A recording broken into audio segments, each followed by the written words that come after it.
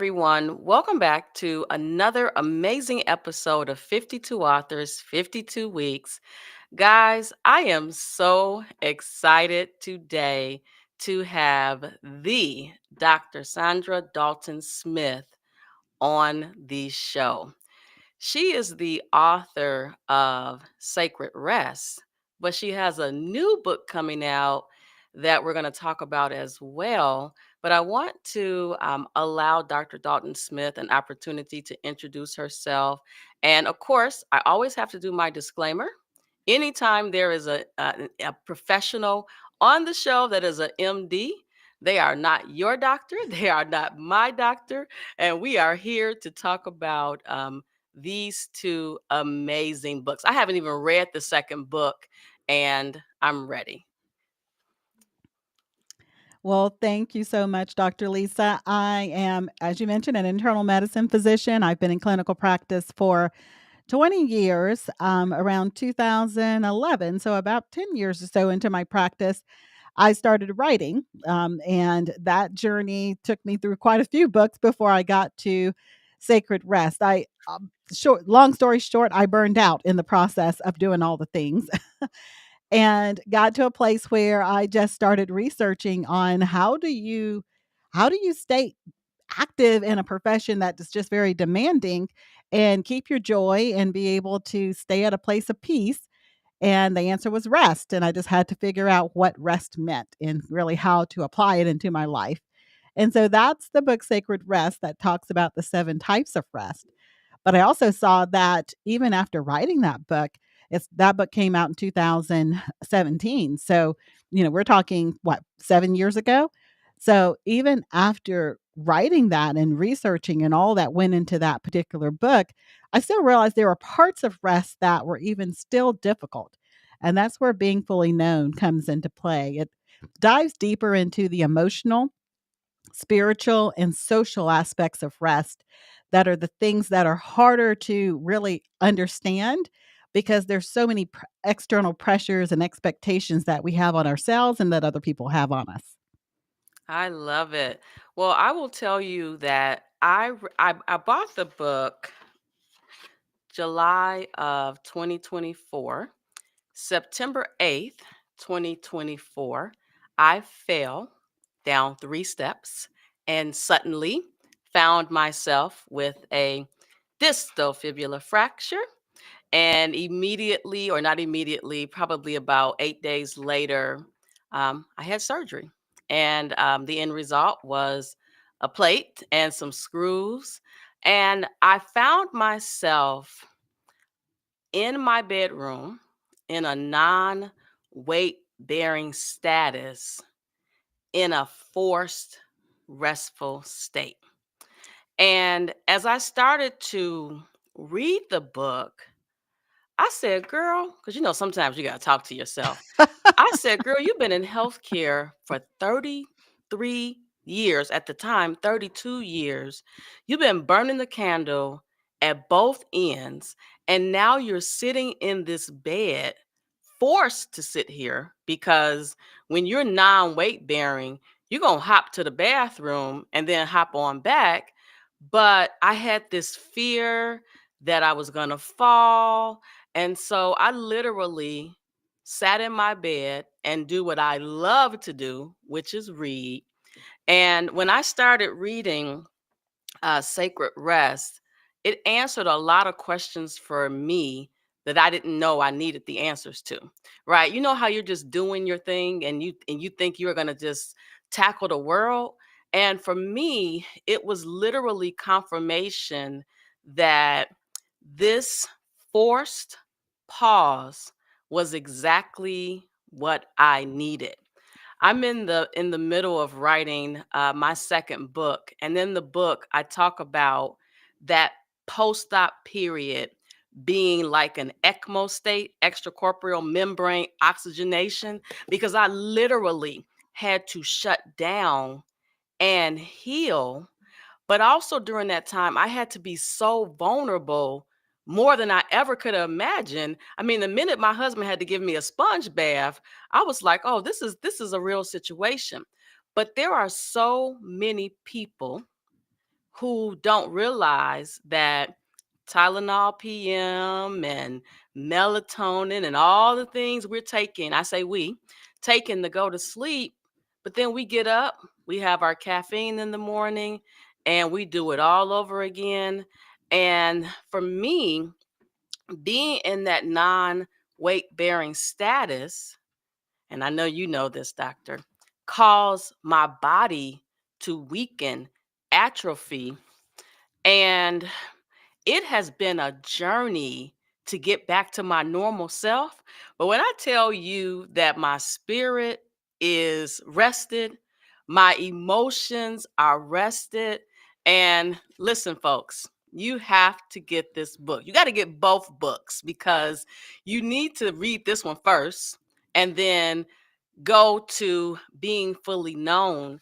And one of the things I love about this book is that Dr. Dalton Smith really is like talking to us like we're just girlfriends having a conversation. And we're not going to tell you everything in the book, but the concepts are so relatable.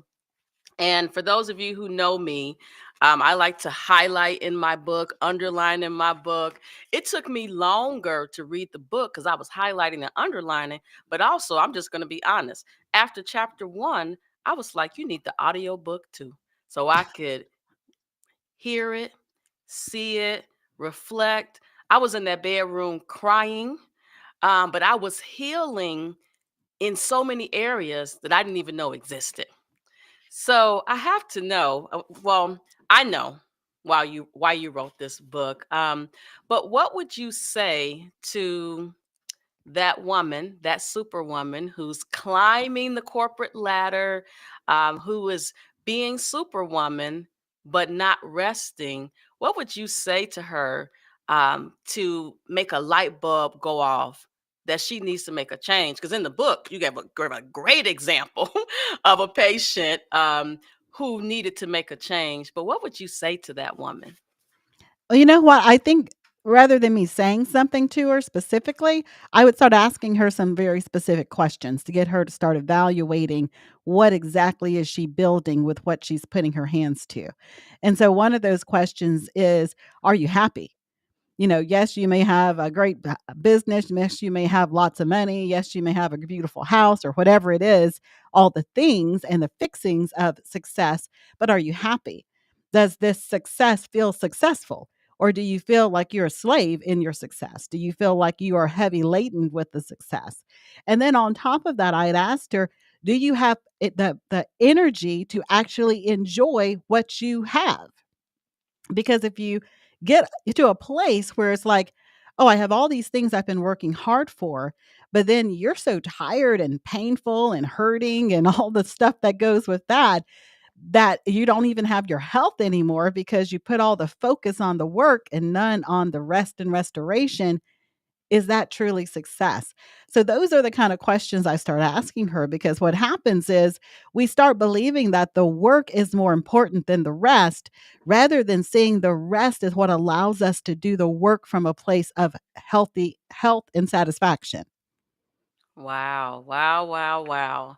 I think that those questions were great questions that really force us to do some deep self-reflection, of which many of us, if we're honest, we're afraid to do.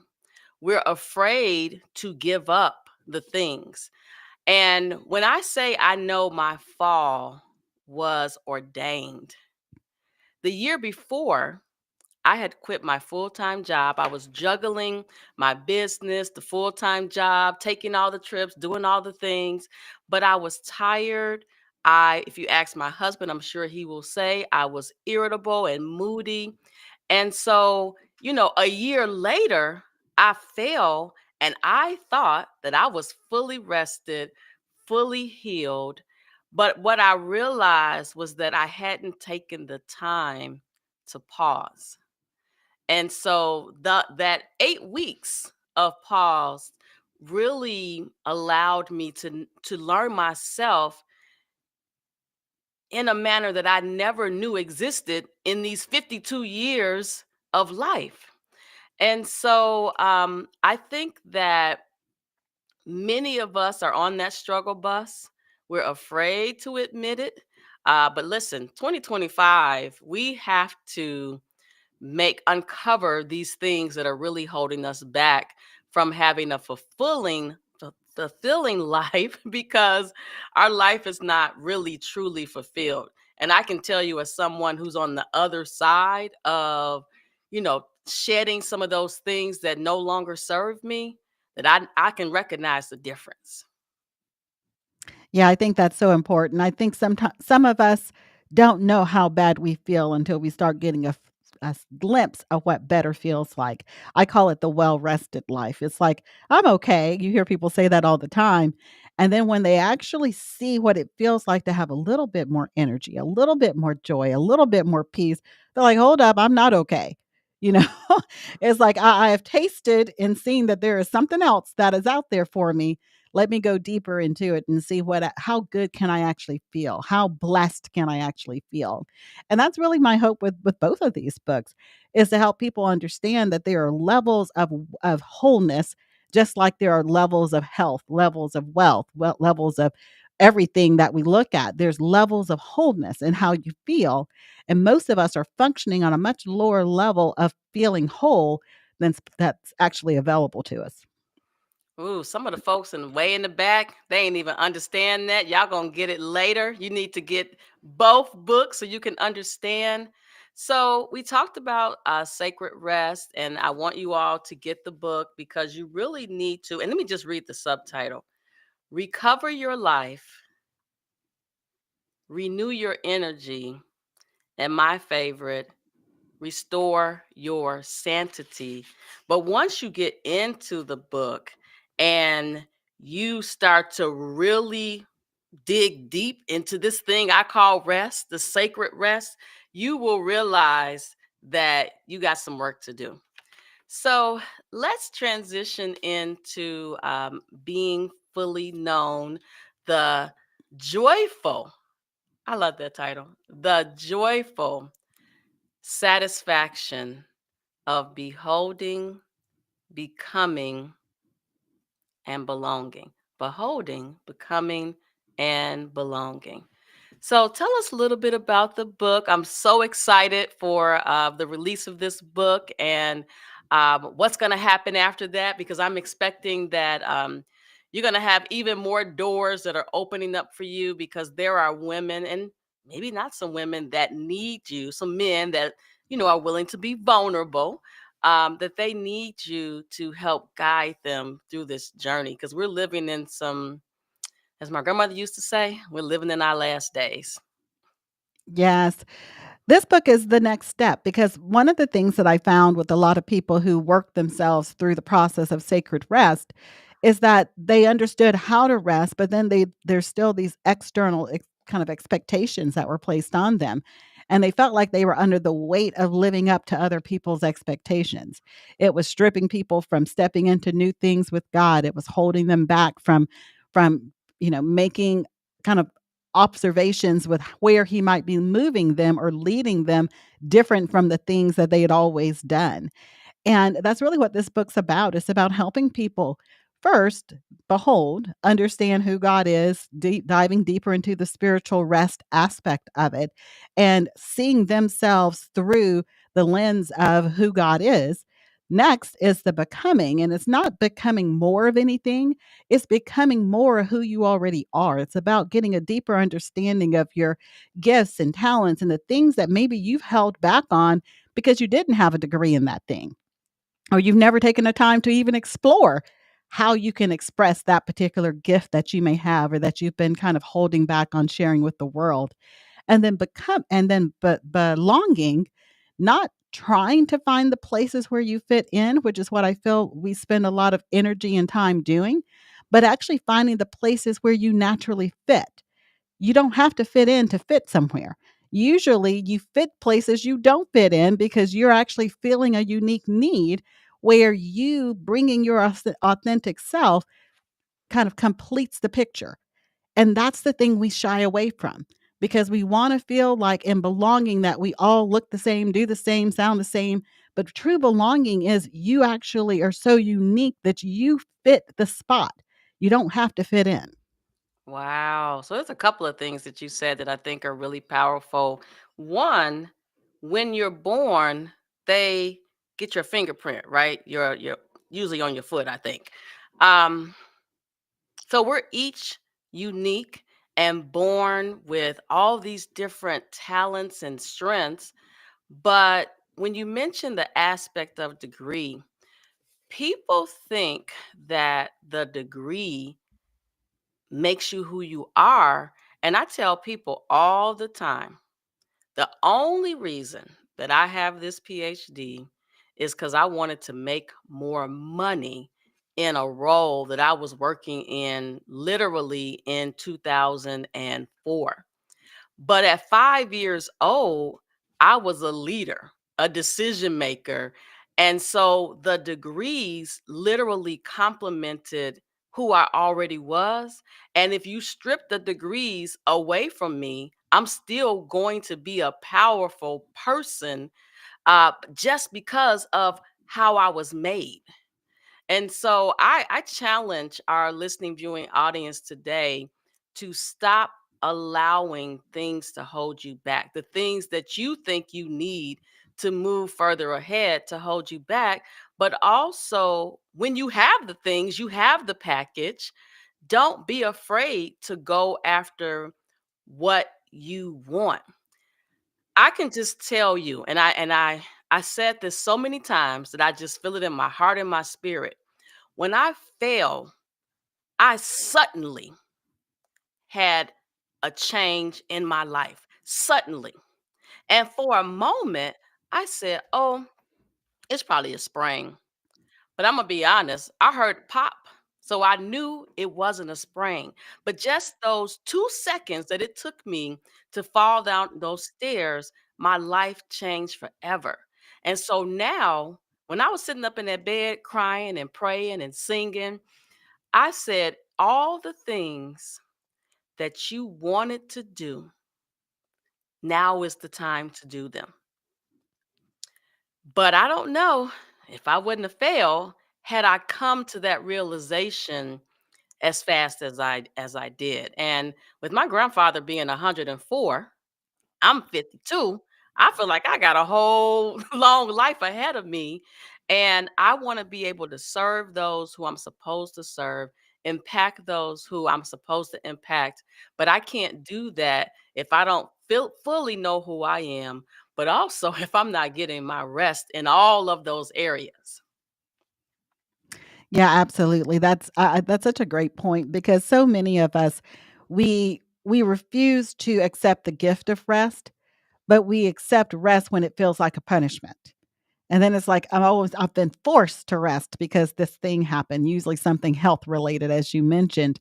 But even in that, it can be a gift if you allow yourself to see that rest allows you to actually reflect on where you're at and if your direction is leading you to where you want to be. Or if you've just been in kind of robot mode, moving in the same direction, and it wasn't actually taking you to the place or the location of where you desired. Wow. Wow. All right. So we got sacred rest. We got being fully known coming out. What's next? I don't know. I always like to kinda sit with the book after it comes out. It's been a couple of years since I've written on rest. I wrote another book in between there, but, 7 years basically since I wrote anything on rest. Takes me a while to kind of process through and research and look at the different things related to that. So I don't know. I'm not sure what's next. Well, I like the number seven. My 33-year-old daughter, it took her 7 years to walk when I was told that she wasn't going to walk. So for me, the number seven has so many um, significant milestones in my life, more than we have time to talk about on the show. But I honestly see that we need some sacred rest modules. We need some being fully known modules because people need something that they can, because I'm telling you, hearing your voice, saying the words, I felt like you were sitting next to me while I was in my recovery room, um, healing. And so that's what I would like to see. Just putting that out there for you. Oh, I appreciate that. It's funny you said that because I really did feel like this year God was like, "I need you to share at a deeper level." I do a lot of things within kind of my private groups. I have a private mentoring group and mastermind group and these types of things, and I'm in front of them all the time. But I don't do a lot of, like, lives and things like that on social media and YouTube, and this year, we just started something called the Abiding Hour on our YouTube channel, so that at least once a month, that's what I can commit to right now.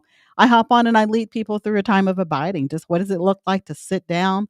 I'm a person of faith, so sit down with the Word of God and process through some questions, some hard questions sometimes, about different things as it relates to getting to a place of just soul rest. And so that's something new that we just started this year. I love it. So I want to make sure that we are very intentional about telling the listening viewing audience all the places they can find you. So you mentioned YouTube, and what's the name of the YouTube channel? It's the same name as my podcast, I Choose My Best Life, and then just my name, Dr. Saundra Dalton-Smith. I'm also on Facebook and Instagram under Dr. Saundra Dalton-Smith. And for those who haven't already done so, you mentioned Sacred Rest. We have a quiz at restquiz.com that gives you a score on the different types of rest so you can kind of see which of the seven you're most deficient in. So for people who haven't done that, that can be very helpful just to give you a start on what areas might be keeping you feeling so tired all the time. I love it. And there are so many people who need to take that quiz. You'll be surprised at what the results show. I think oftentimes we ignore what's actually happening with us. And I feel like I'm so much more in tune to my mental, physical, emotional health now, that than ever before, to the extent that I remember meditating and doing like the body scan. And so now body scan is next level because I'm trying to really just understand how I'm feeling, what's wrong, what's not wrong, and just really in tune to Lisa, right? Because I can't help others if I'm not helping myself first. So true. So true. And I think with rest, when we treat rest as if it's a reward for the work, we have it backwards. Because then you're only going to feel like you have permission to rest when the work is done. Well, we all know the work's never done. There's always work you can do. When we start looking at rest as actually the thing that allows us to work at our highest capacity and to produce our greatest type of work and level of work, it changes from permission to a priority. And that's the shift that a lot of us need to make. Wow. I remember a personal trainer I was working with who talked about how in some races, when they are negotiating their pay and benefits with a new job, they will say, I can't start until XYZ time because in the morning, I need to work out. And he said to me, you got everything else on your calendar, but you don't have exercising on your calendar. You live and die by this calendar. And so ever since then, I've been carving out on my calendar my exercise time, but it's also a time for me to I love water aerobics. So I like to have my when I'm not in the class and I'm just walking up and down the pool, I'm literally just listening to my praise and worship music. And I remember the first day post-op after surgery that I was able to go back into the pool.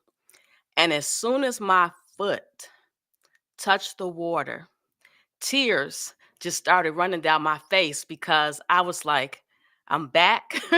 I kept telling the physical therapist, I got to get in the water because that's where I know, but it's my time to just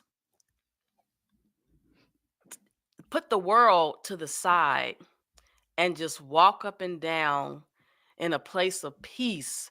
And I tell people all the time, today I have peace that you can't pay for. The Bible, we talk about peace that passes all understanding. My peace is so amazing, and I love this place that I'm in, and I'm not going back. I love it, and you can hear the joy in your voice, even in talking about it and describing it, and that's to me is what that joyful satisfaction. You are now living a life that is not just about producing things, but you have an inner level of joy and satisfaction from the life that you're living where you get full even in the giving. So Oh, you yeah. pour out, you're pouring out right now, even within your show, you pour out. And even in the pouring out, you get filled back up because you're not pouring from your emptiness. You're actually giving from your overflow. What you're describing is my hope for every person who reads those two books.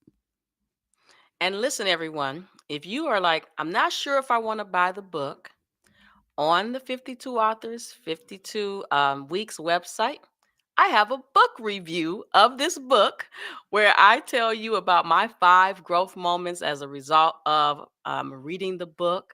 This is also, it's not a book review, this is right the interview, but I also think this is a great book for a book club so that you can have some other folks to talk about, rest and be honest with yourself.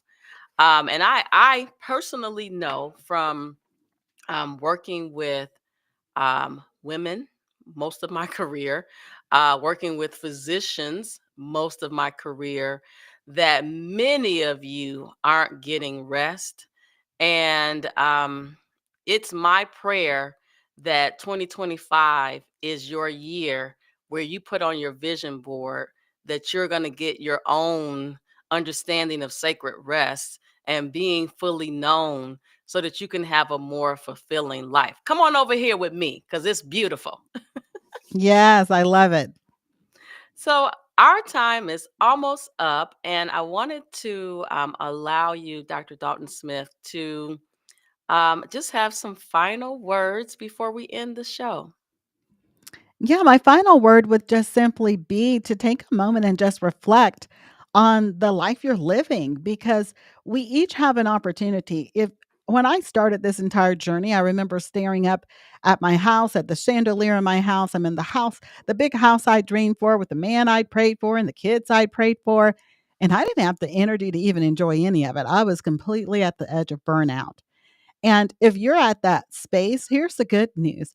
The energy you spent to build a life that feels so stressful, it takes less energy to flip that around to be a life that you actually enjoy and find satisfaction in. But it does take a level of intentionality. And that's what these two books, Sacred Rest and Being Fully Known, is about. Is an intentional moment of self-reflection so that you get real about what it is you want, where it is you're at, and where you want to go and then some steps to lead you on the journey. I love it. Well, I want to thank you again so much for taking the time to be a part of 52 Authors, 52 Weeks. This is a journey that was a vision that I had in 2023. And when I started it in 2023, I was thinking it was just going to be 1 year and I was going to be done. And midway, I was like, oh no, you're going to do this as long as you're physically and mentally able to do it because there are so many people out there that read. And I believe there are things that we need to know that are in books. We just have to take the time for ourselves and sit down and you owe it to yourself, right? To pour back into you so that you can help others. Absolutely. I think that is the greatest joy any of us can experience the joy of giving of ourselves from a place of truth. Yes. All right, everyone. Well, this has been another amazing episode of 52 Authors, 52 Weeks. We'll see you next.